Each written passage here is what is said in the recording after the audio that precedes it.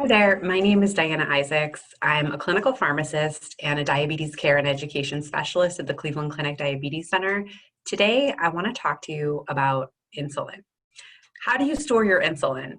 Not sure many people realize, but insulin is actually very fragile and needs to be stored in a certain way to really work the most effectively. So trusted pen over here.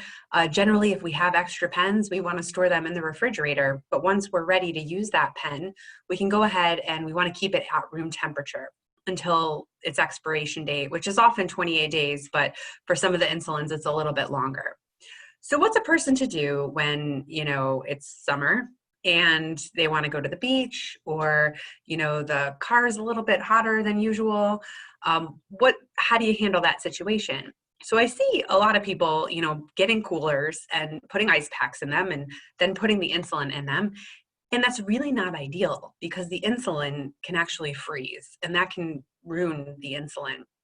The other issue is, what if you just do nothing and leave it in that hot car? The insulin actually degrades and loses its potency. So it's not going to work as well, if at all.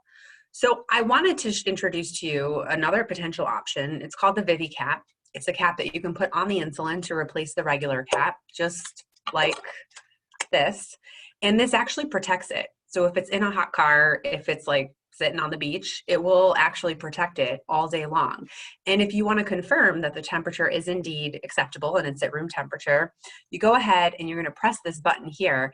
And if you see that green light, that indicates that your insulin is at an acceptable temperature and it is safe to continue to inject. One of these is good for many, many years, and you can keep reusing it and all that good stuff, and it is cleared through the FDA. So hopefully this can be a good option for some people as it's summer and it gets really hot, so that you just make the most use of your insulin, because we know it is extremely expensive. We don't want to let any go to waste. So yeah, thanks for listening.